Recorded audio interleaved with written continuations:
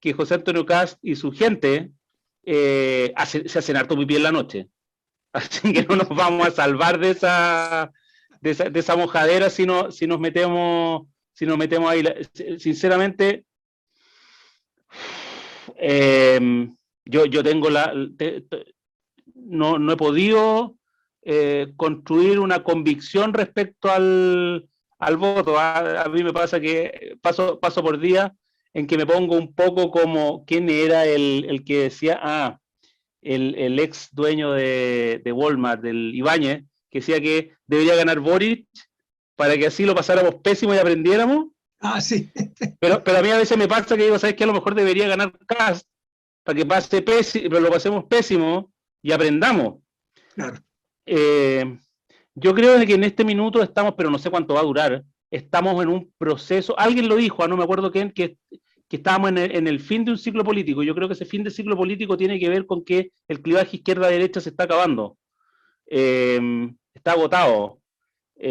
Todavía estamos ahí pegados, no sé cómo, un poco con los republicanos, que muchos de ellos son UDI, pero yo creo que esa cuestión no está dando para más. Yo, sinceramente, me cuesta pensar a partidos como Evópolis, siguiéndole el amén a José Antonio Kast en los temas valóricos, incluso en los temas de medio ambiente, donde hay una corriente bien fuerte en Evópolis de cuidado al medio ambiente. Ahora, hasta ahora, en que Evópolis es partido de gobierno y está tratando de ser bien ordenado con el tema, con todas las críticas que eso ha significado de parte de críticas internas y críticas desde afuera, yo creo que en el minuto que deje de ser gobierno, esa actitud podría cambiar. ¿Cuál es tu percepción, Eleonora? Bueno, primero, me llama mucho la atención lo que dice mi amigo aquí presente, Juan Enrique, lo que dice acerca del programa de Kast. Yo no había visto eso, o sea, no lo he leído, y la verdad es que me cuesta creer, por ejemplo, como que los animales tengan que pagar, eso me llama mucho la atención, así que le voy a agradecer que me lo mande para buscarlo, y me conseguiré el WhatsApp de José Antonio Kast para mandárselo y exijo una explicación. Lo voy a sí, todavía no me la dan.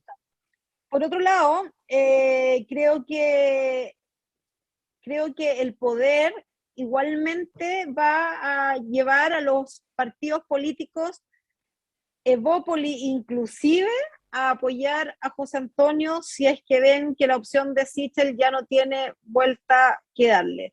Y yo creo, siendo bien honesta, que Sichel ya no tiene ninguna posibilidad a 30 días de la elección, o quizás menos, de poder levantar su candidatura, porque o fue una mala racha, o fue que definitivamente es un mal candidato, que le llovió, o le llovió sobre mojado, pero no logró mostrar la figura que se vio en primaria, porque en primaria, ¿cuál fue la diferencia de la campaña de primarias ahora?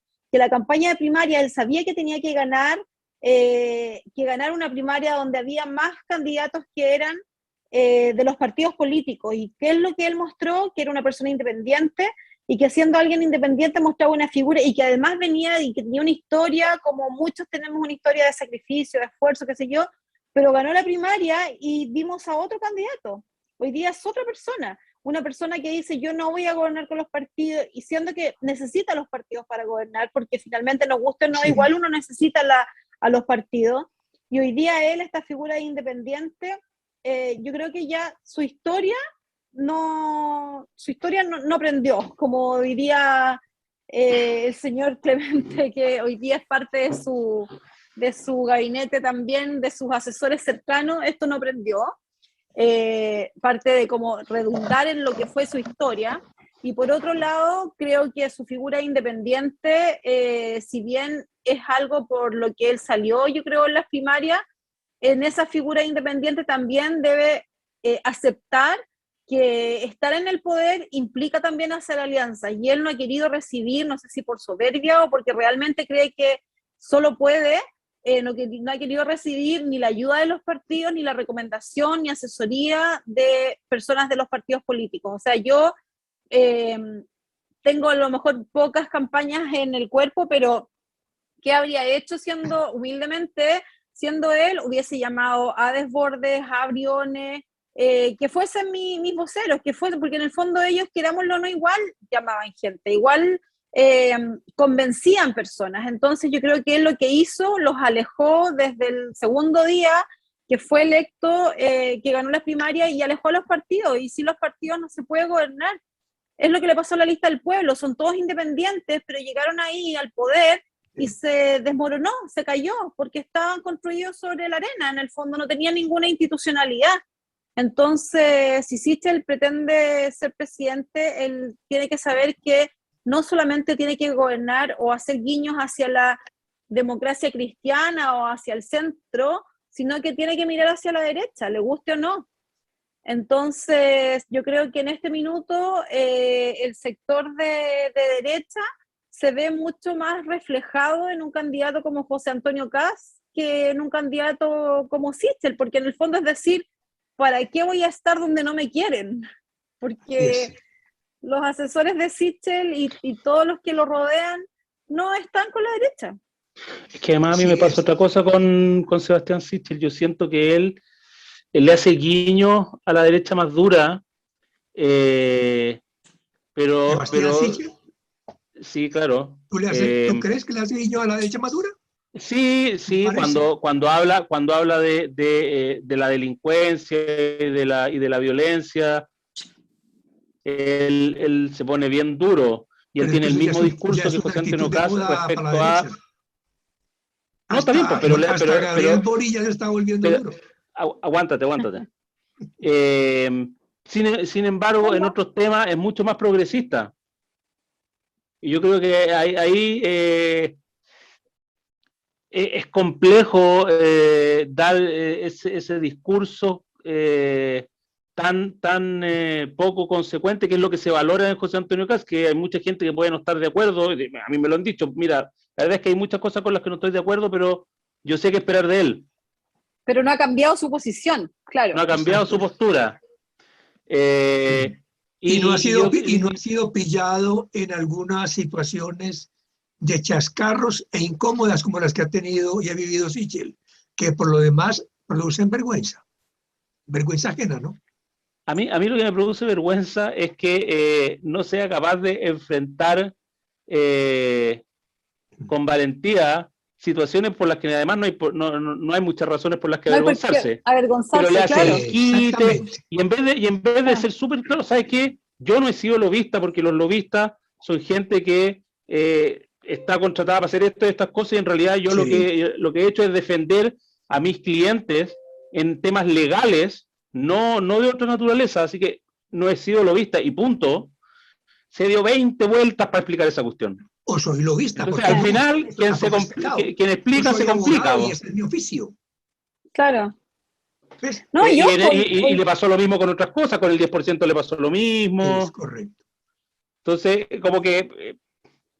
Y la verdad es que ya tenemos experiencia con políticos que no cuentan la firme y después salen con pasteles, y no queremos más pasteles. Por último, si tiene opiniones distintas a las del resto, bueno, pero sabemos qué es lo que está haciendo. Cuando dice que, no sé, porque sus platas se van a ir o las vamos a dejar de determinada manera, que las maneje de determinada manera, no con peros.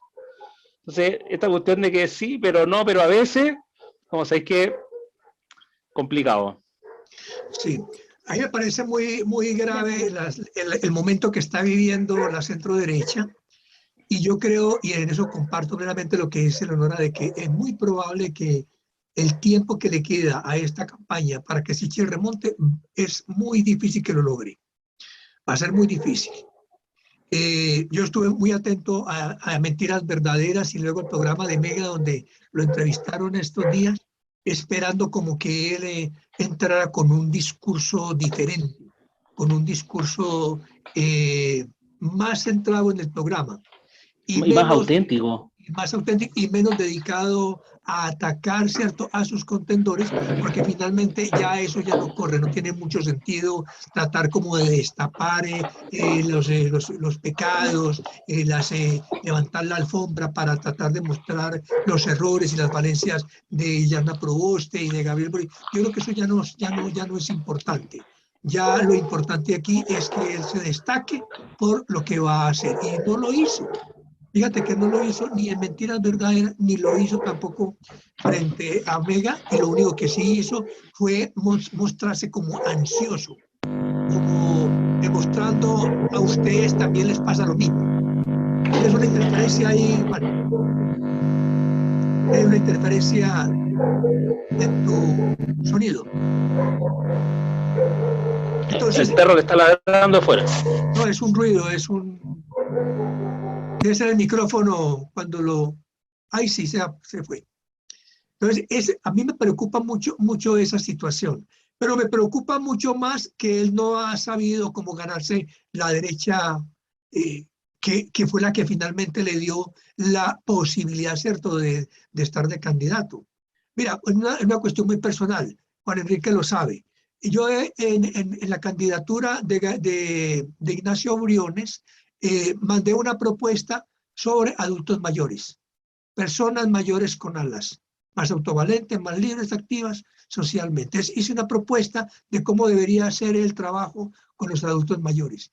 Esa propuesta la acogió Ignacio Briones, inclusive así la tituló en su programa de gobierno, personas mayores con alas, y esa era como la bandera, y creíamos de que esa sería una bandera tan importante como había sido los niños primeros en la fila, iba a ser las personas mayores con alas, y eso tendría que jugar un rol importante, entendiendo que ya somos 4 millones de personas, pues.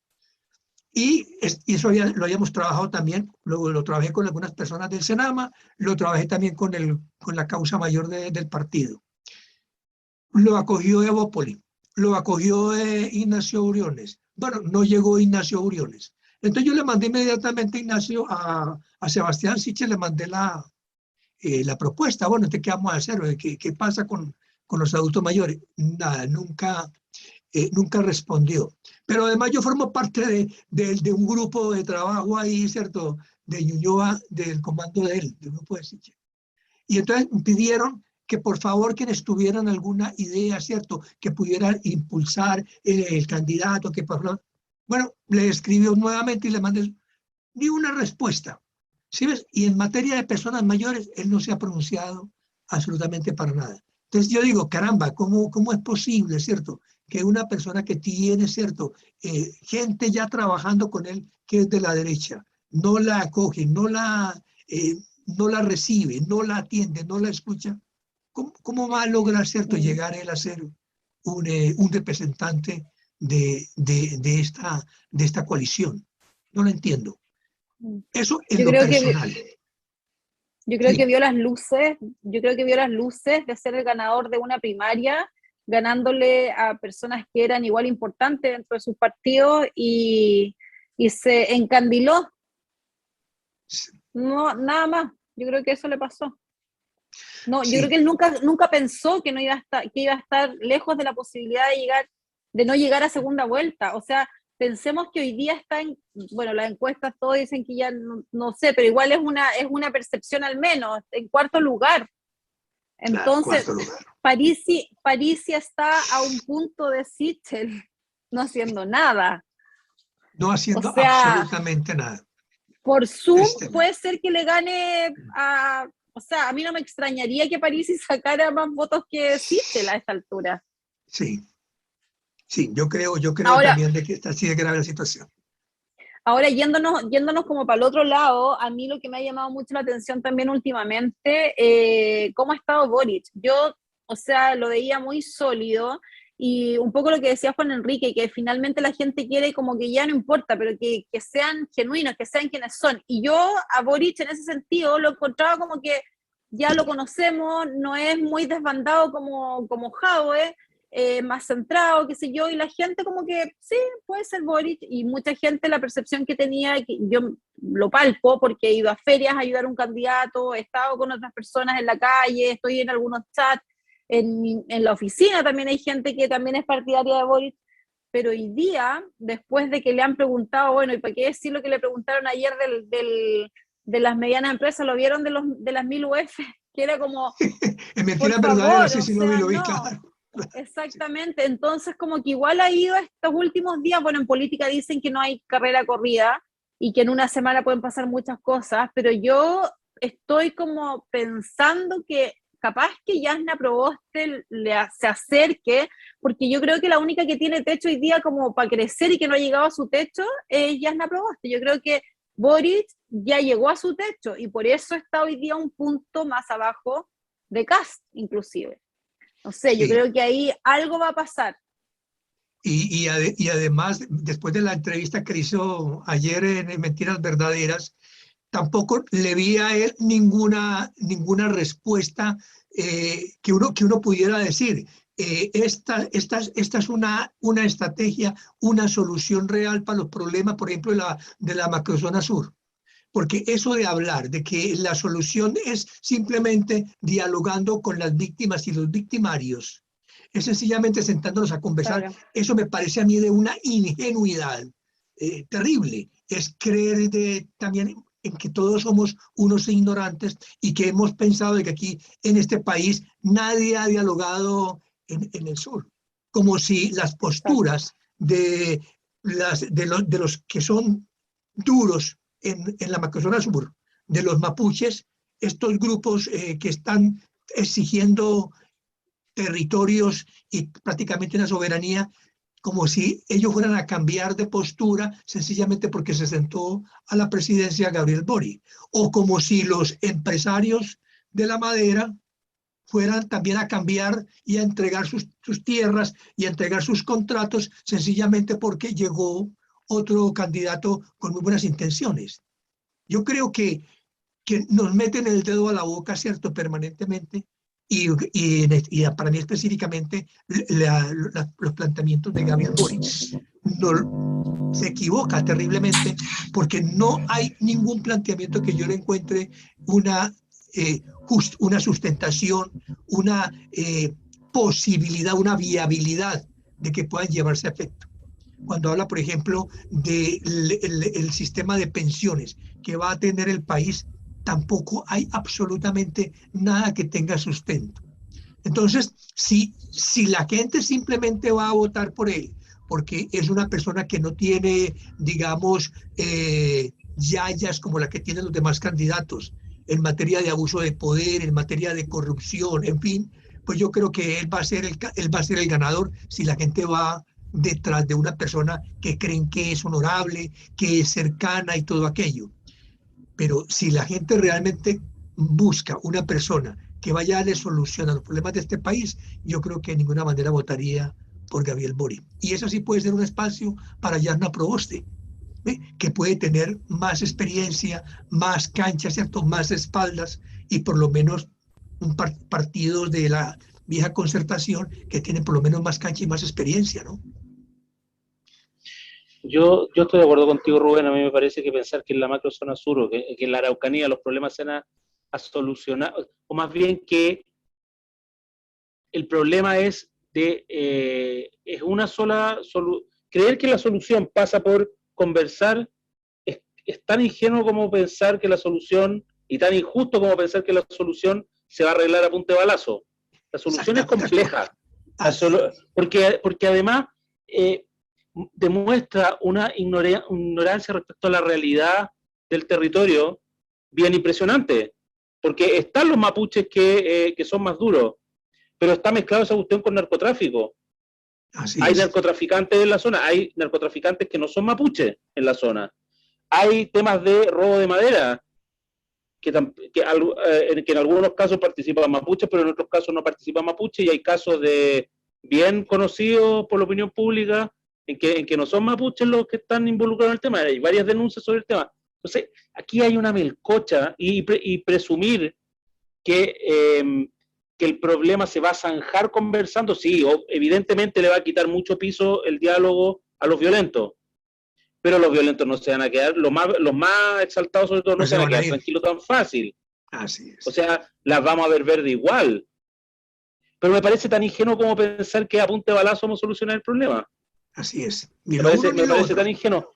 Ahora, a mí, mi problema con Gabriel Boric es que yo lo escucho y me parece que es una persona bien intencionada, pero más que conocimiento tiene eslóganes, lleno de eslóganes. Sí. Lo de ayer, lo de los 1000 UF, estaba repitiendo un eslogan y cuando le hicieron la primera El pregunta fue 1% como, más rico. Claro. chuta, y porque la pregunta fue, pero espéreme, esos 1000 UF son al mes, al año, 1000 UF qué? 1000 UF de venta, 1000 UF de utilidad, Uy, ¿qué 1000 dijo. UF? Yo entiendo que, porque no llegué a ese nivel de análisis del tema, pero ni siquiera sabía qué es lo que, cuánta plata eran 1000 UF. Claro. Sí, Entonces, está porque la totalmente. verdad es que 1000 UF para las empresas, por muy chica que sea, es poquita plata. Sí, O sea, po. está lleno de empresas que ganan menos, pero hay muchas empresas que ganan más y que siguen siendo pymes. Entonces, no Pero tiene, además decía que era el 1% más rico, que es Claro. que los de 1000 UF era el 1% más rico, o sea, además está mezclando las empresas con las personas naturales. Entonces, al final lo que me pasa es que yo veo esto y digo, esto es puro eslogan, no Claro. tiene idea de lo que está hablando. Él sí. está repitiendo las frases más bonitas que he escuchado en distintos lugares. Lo otro que es llamativo es que crea que declarando después de los hechos que no está de acuerdo con una violencia que de alguna manera ha apoyado durante mucho tiempo, que con eso entonces le vamos a creer todos, incluidos los violentos, de que él no cree en la violencia, también es otra muestra de ingenuidad. Porque por Dios, mire, uno se puede equivocarse en la vida, es muy valioso que la gente reconozca que se equivocó en la vida, pero no basta solo con reconocerlo. Tiene que hacer cosas concretas que demuestren que en realidad entendió. No basta que saben Una que no, la señal. violencia no es el camino. Ya está bien, pero cuéntame un poquito más de lo que piensas, porque solo la declaración es un título Así nomás. es. Claro, desarrolla la idea. Dirígete a los violentos y explícales por qué no hoy día no es válida la violencia. Por último, si tú crees que la Sí. violencia en algún minuto fue válida, pero por último explícales por qué hoy día no, porque estamos en un proceso constituyente, paciencia, cabros, que los cambios requieren tiempo, pero nada, solo se limita a decir, saben que yo estoy en desacuerdo con la violencia. No con esta violencia, no con la violencia, no, con una cosa como general. Otro eslogan. Otro eslogan. Y para colmo de males, ¿cierto? Aparece detrás Fernando Atria, ¿cierto? Planteando que esta violencia es una violencia que es muy diferente, muy distinta a la que se dio en el 2019. O sea, ¿de qué estamos hablando? La verdad es que no sé en qué estamos. ¿Cierto? Como en el fondo la violencia va a depender del contexto. Claro, o sea, y entonces cada que ocurra una situación habrá que preguntarle a Fernando Atria o al Frente Amplio si esto es o no constitutivo de delito o no. Perdón, o sea, no entiendo realmente esto, para dónde va el país con esa forma de mirar los problemas sociales. La violencia que se dio el 18, esta semana, yo creo que dejó una cosa muy clara, y es que definitivamente esto del proceso constitucional era importante, pero no tenía absolutamente nada que ver, ¿cierto?, con lo que sucedió el 18 de octubre del 2019. La gente estaba en otra parada. Yo discrepo de ti. La gente está en las demandas. Yo creo que las demandas sociales en este país son muchas y son muy importantes y están planteadas, pero no eran, la exigencia de la gente no era por una reforma a la Constitución, la cual se venía trabajando desde la época de Michelle Bachelet y que perfectamente pudo haberse trabajado en el Congreso de la República, pero quedó demostrado que no tenía nada que ver, ¿cierto?, lo ocurrido el 18 de octubre del 2019 con este proceso constituyente. Y la otra prueba es que sencillamente los mismos convencionalistas que han ido a esas marchas y protestas los han sacado a cachuchazos. Como la tía Pikachu. Como la tía Pikachu. Yo ahí tengo un matiz contigo. Yo sigo pensando que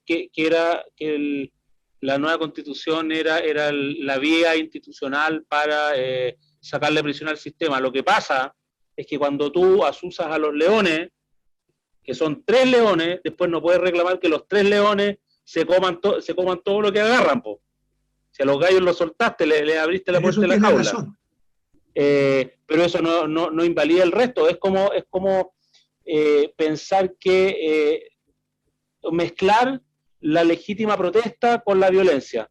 Lo que a mí me parece valioso, sí, de todo lo doloroso que fue ver esta violencia de este 18 de octubre en particular, es ver que hoy día hay mucho más consenso en la población y entre los políticos de que la violencia es inaceptable.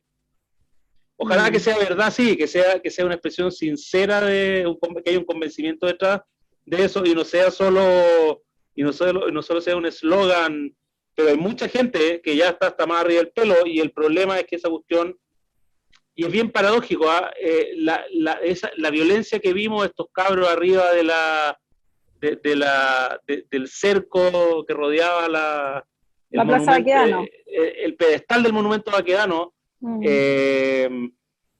Lo único que hizo fue hacerle el juego a Kast, que es como dar un paso atrás en todo el proceso. Claro.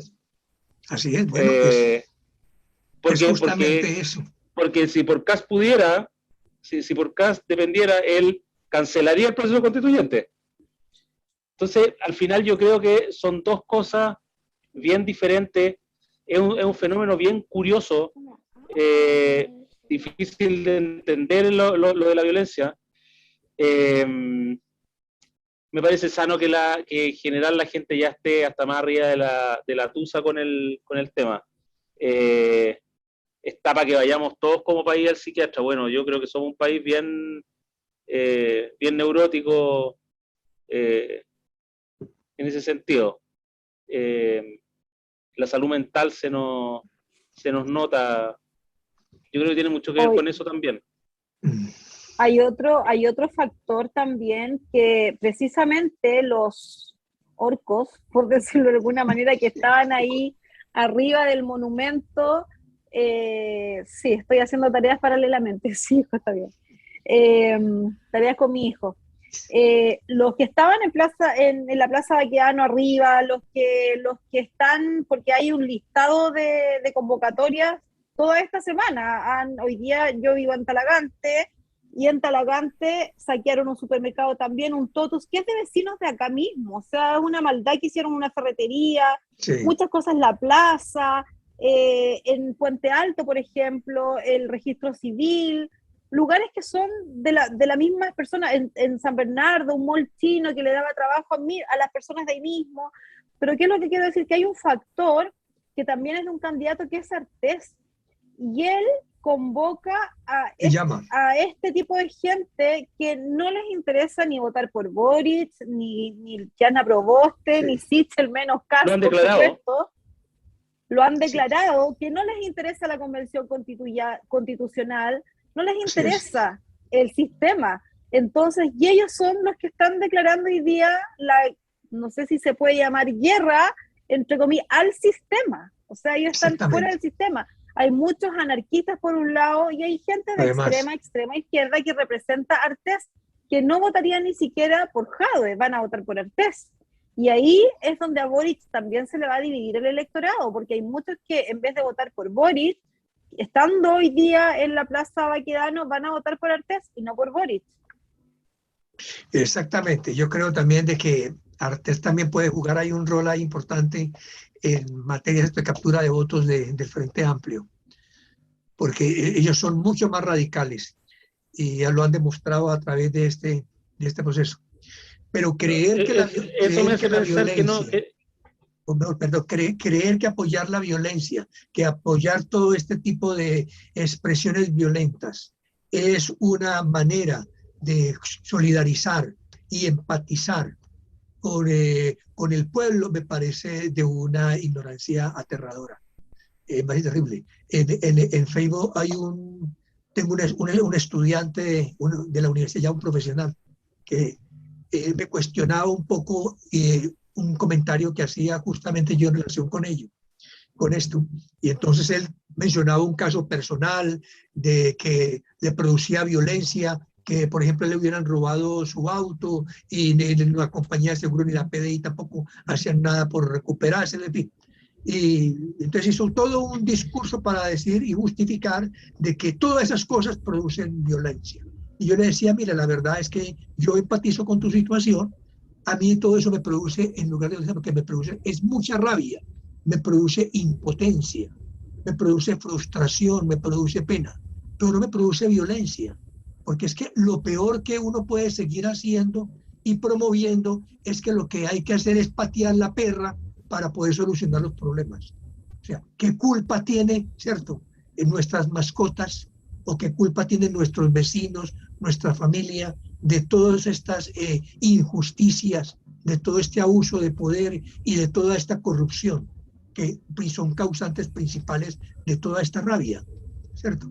Entonces, no puede ser que la misma clase, parte de la clase política, con Boris a la cabeza, con Artés, crean de que el camino sea justamente la violencia, la autodestrucción, ¿cierto? Para salir para solucionar los problemas. Eso no lo entiendo yo de ninguna manera. Es difícil de entender. Es difícil de entender cómo alguien cree que así podemos construir una sociedad donde todos quepamos.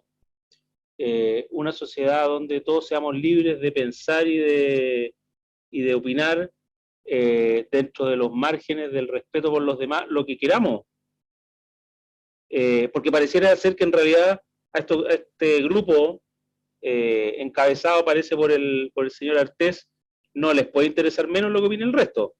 Bueno, a Boric el Partido Comunista le mandó el mensaje. Tú te corres con una coma y te quemamos la moneda. Exacto. Lo que me parece de un totalitarismo pero total, absoluto, sectario, espantoso.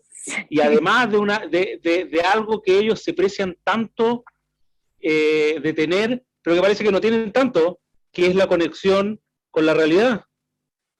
Porque la realidad a mí me dice que mañana puede venir otra pandemia, mañana puede caer un meteorito, pueden pasar infinidad de cosas que hacen que cumplir el programa de gobierno sea imposible.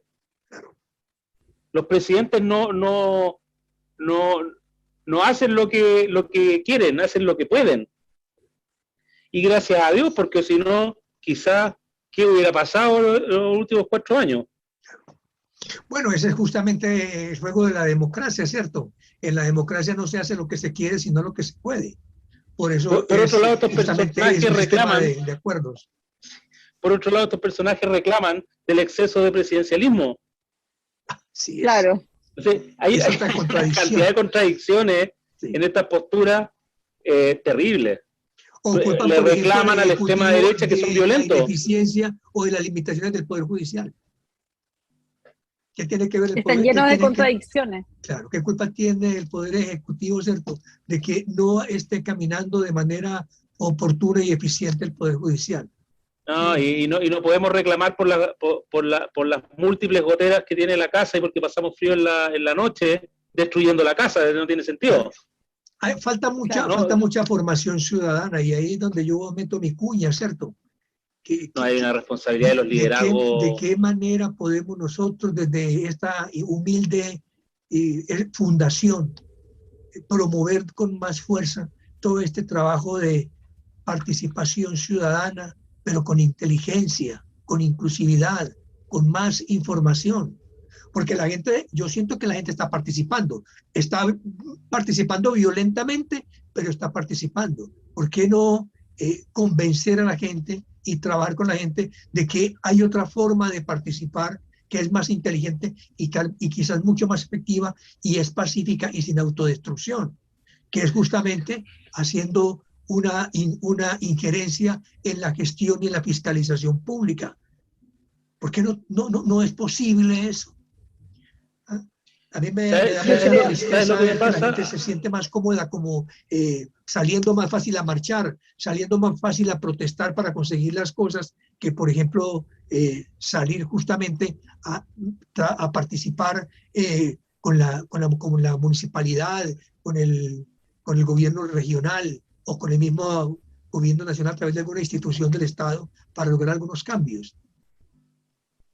Yo no sé si el individualismo ahí afecta, pero también me pasa que siento que tenemos una calidad de líderes que son paupérrimas. O sea, la calidad de los liderazgos definitivamente es triste. No se me ocurre alguno que de verdad se salve. Alguien que proponga un horizonte de sentido que dé esperanza a la población, porque estamos todos entre que vienen los fachos o que vienen los zurdos, pero estamos todos aterrados del otro.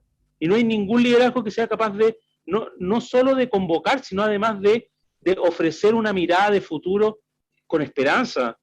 En vez de eso, le tiramos basura al contrincante, al candidato del otro lado, le sacamos los trapitos al sol, cuando también nosotros estamos llenos de trapitos al sol, po.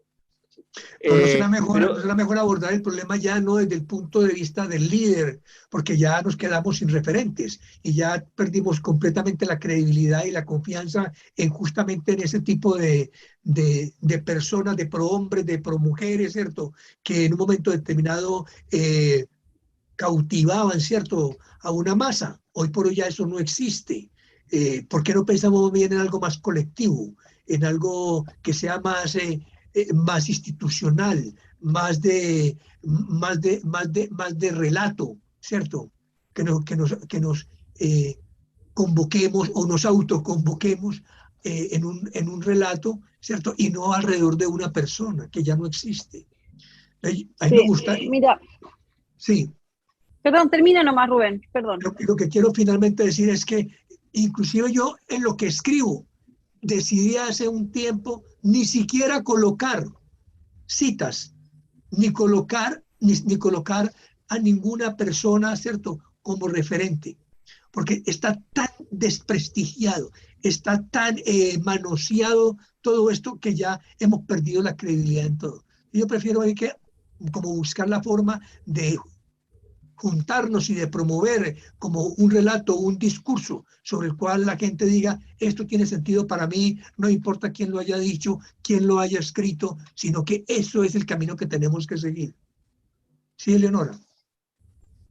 No, yo quería decir a propósito de la participación ciudadana, que lo que yo veo es como un fenómeno que se da para las elecciones, que es como esta efervescencia electoral, que en el fondo cuando hay elecciones la gente quiere participar y la gente comenta y busca líderes y busca referentes, y eso no pasa durante el periodo en el cual están gobernando, porque por ejemplo hoy día hay leyes de participación ciudadana, o sea, está institucionalizada la participación de los ciudadanos, pueden postular a fondos, hay distintas herramientas de participación ciudadana. Hay COSOC de prevención del delito, hay COSOC en los municipios, hay COSOC en los gobiernos regionales, hoy día a través de ley también. Entonces, hay distintas instancias, pero ¿qué es lo que pasa? Que, por ejemplo, durante un periodo electoral, ya sea de alcalde, de diputado o de presidente, ¿para qué estamos con cosas? Por ejemplo, los diputados les pasa, se duermen en los laureles, están durante estos 4 años en sus oficinas o en el Congreso, y el último año de campaña que se van a reelegir empiezan a salir y empiezan a comunicarse con la gente, pero ¿qué pasaría si durante esos 4 años hubiese una permanente comunicación con su electorado, que propiciaran reuniones, cabildos o participación para decir, por ejemplo, no sé, tenemos esto, cuentas públicas que tengan que dar así como lo dan los alcaldes, los diputados también, dar una cuenta pública, juntar a su ciudadanía, ir por comunas de acuerdo a su distrito, vamos a votar esta ley, ¿qué opina usted de esta ley? Levantar información. Entonces al final como que también no sé si es culpa o es responsabilidad precisamente lo que ustedes decían de las autoridades, que hoy día los referentes se limitan a una elección en particular.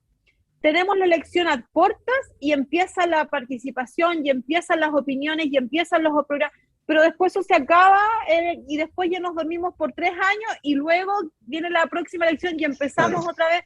Entonces yo creo que ahí tiene que haber liderazgos que sean capaces de mantener a la ciudadanía informada, que participen, hacerlos partícipes como, no sé si un cogobierno o coadministración, pero invitarlos a ser partícipes, como que sean más protagonistas Sí. de la administración.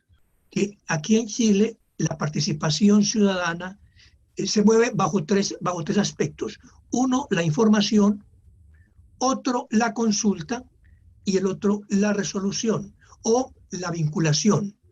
Bien, son tres aspectos fundamentales.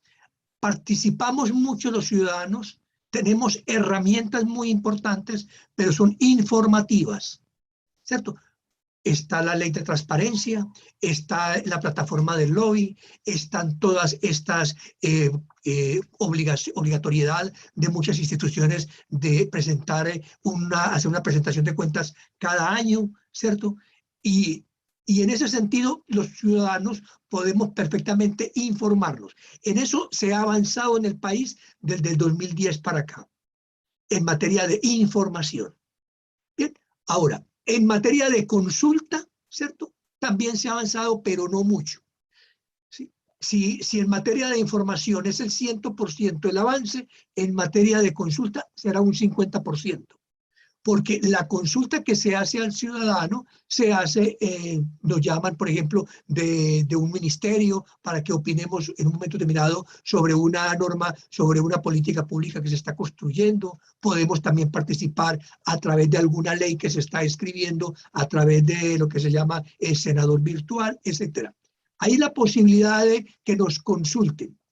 Pero lo que nosotros como ciudadanos no tenemos hoy por hoy es lo que tiene que ver con la vinculación, la decisión. No tenemos ninguna capacidad de decidir o de poder ser tenidos en cuenta a la hora, ¿cierto?, de que se nos consultó o se nos informó. Entonces, eso es lo que está cojo en nuestro país.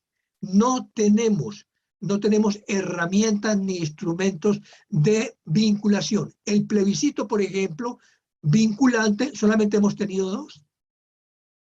Y a nivel municipal hubo solamente plebiscito vinculante que lo hizo Las Condes en la época de Lavín.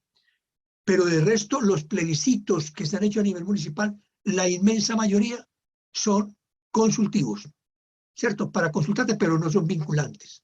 Entonces, no existe el plebiscito vinculante. Necesitamos que haya plebiscito vinculante. Necesitamos las veedurías ciudadanas, porque de nada sirve tener una cantidad de organizaciones sociales. Más de 320.000 organizaciones sociales tenemos en el país. Pero cuando se trata de participar en la gestión pública, no nos tienen en cuenta para nada. Lo vimos claramente en la pandemia. Las cajas de alimento que se entregaron, las entregó el alcalde en muchas partes con su equipo, pero no contó con las juntas de vecinos ni con ninguna organización social porque quería llevarse toda la publicidad. Y eso fue gravísimo porque a muchas personas no les llegó su caja oportunamente porque la municipalidad no tenía información ni manera de llegar a la gente que realmente lo necesita. Entonces, en materia resolutiva, estaremos por ahí en un 10% de este porcentaje o este cuadro que te presento. Entonces, esa es la debilidad que tenemos. La parte Muy resolutiva. claro. Sí. Es lo que necesitamos fortalecer.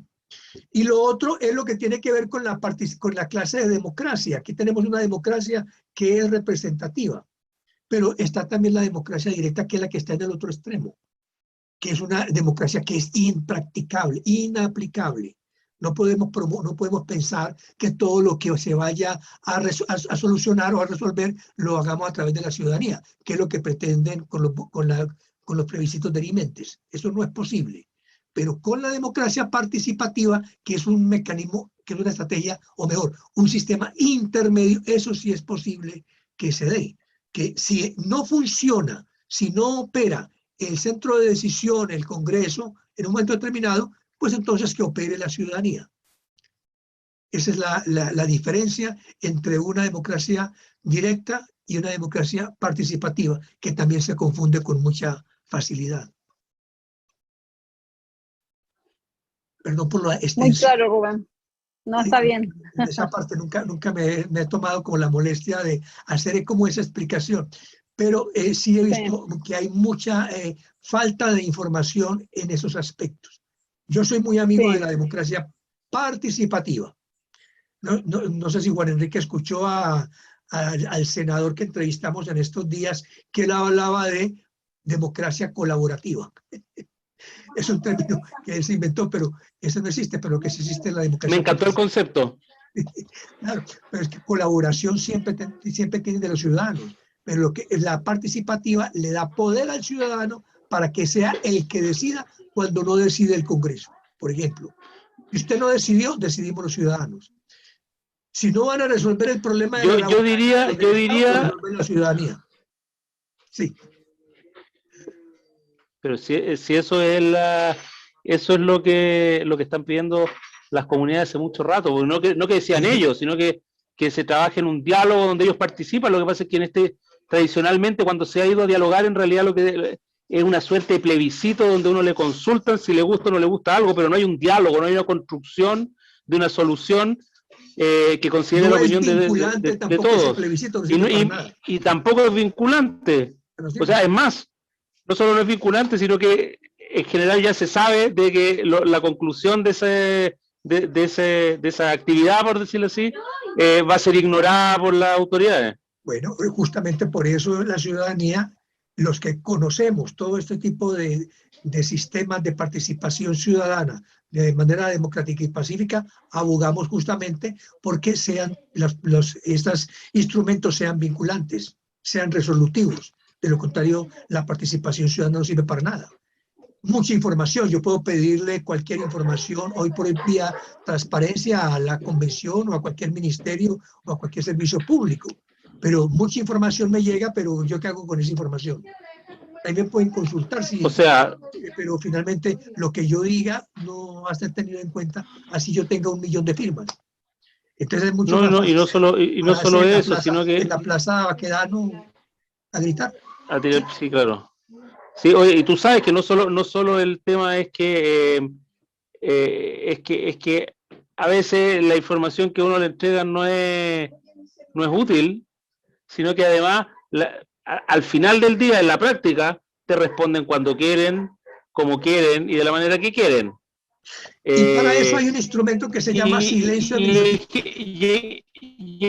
En la medida de lo posible. Funciona. En la medida de lo posible es aquí. Eso ya está superado desde el punto de vista de la democracia participativa, está superado. Es impresionante, ¿ah? Es impresionante. La albeduría ciudadana es una herramienta importantísima para combatir la corrupción y para evitar el abuso del poder. Pero no hacemos uso de eso. Eso no existe en nuestro país, pero existe en otros países, ¿cierto? Pero ahora, todos esos instrumentos que existen y que son muy importantes requieren también formación de la ciudadanía, porque de nada sirve tener esos instrumentos si la gente no los sabe manejar. Es como el que le gusta la culinaria, pero no tiene unas buenas herramientas. O como el que tiene buenas herramientas, pero no sabe de culinaria, entonces no puede. El único problema es que volvemos al problema original, porque para que todas esas cosas ocurran, necesitamos liderazgos que apoyen los cambios. Y en general los liderazgos no están interesados en apoyar esos cambios porque esa cuestión implica que tienen que ceder cuotas de poder. A pesar de que personalmente creo que los liderazgos que hagan eso, en vez de perder cuotas de poder, lo que van a hacer es ganar cuotas de poder porque se van a validar como liderazgo moderno en la ciudadanía. Porque la persona que me diga, ¿sabes qué? Yo te quiero escuchar y te voy a hacer caso y vamos a hacer lo que acordemos, para mí va a ser un líder mucho más potente que el tipo que elijo cada 4 años pero no me pesca nunca más. Así es. Bueno, eso pero lo que no tú lo dices ven. es totalmente cierto. Esa es una realidad. Ningún partido político es favorable, es proclive a toda esta estrategia de la democracia, de la participación ciudadana. Hablan de ella, pero desde el punto de vista teórico, como para la galería. Pero cuando se trata de impulsarla realmente, no lo hacen, porque no les interesa. Y yo llegaba a la conclusión de que no les interesa, porque obviamente, entre más ignorantes seamos los ciudadanos, pues obviamente mucho más fácil para ellos es ejercer el poder. Entonces, al político no le interesa de ninguna manera que uno incida en la gestión pública, que uno participe. No es un problema. Es un dolor de cabeza para él. Ahora, los que hacen muy buen uso de este discurso, pero como discurso, no como práctica, es la izquierda. La izquierda, yo estoy seguro que de la nueva constitución va a salir la democracia participativa y todas estas figuras que yo he hablado, pero porque es mayoría ya.